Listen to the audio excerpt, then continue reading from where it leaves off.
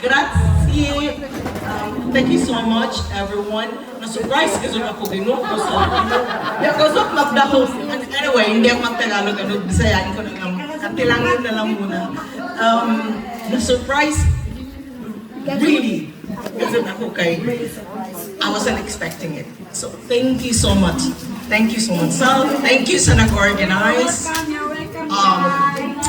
Okay. Emotional na ako.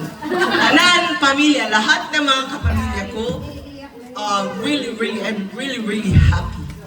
Thank you again. Thank you. Yeah. Grazie a tutti, grazie. Okay. Salamat sa pamilya. Ganun talaga pag pamilya kailangan i-surprise para ano. Okay? So, ngayon